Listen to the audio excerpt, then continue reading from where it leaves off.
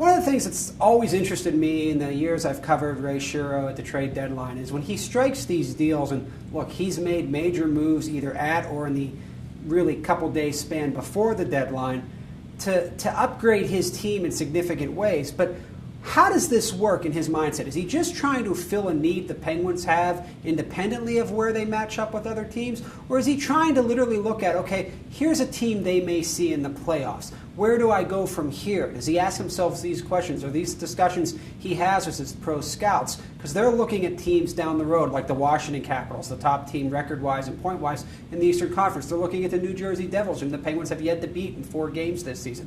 They're looking at the Buffalo Sabres, who the Penguins have won 3 or 4 against, but may face in the first round, as well as teams like the Ottawa Senators. These are things that are always on the Penguins' minds, but you can't just make one deal to beat one specific team. So this is a little bit what goes into Ray Shero's mindset, and he talked about that today when addressing why Ponikarsky and Leopold were guys that could help his team.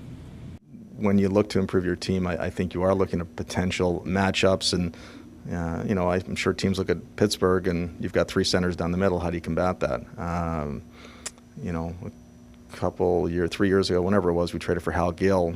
We had that in mind as if we could match up against. So you have those things in mind for sure. And at the end of the day, though, it is about your team and your group. And and sometimes you can only tweak it at the end and get a role player or whatever. But as we know, these role players are very important for teams and to have success in the playoffs.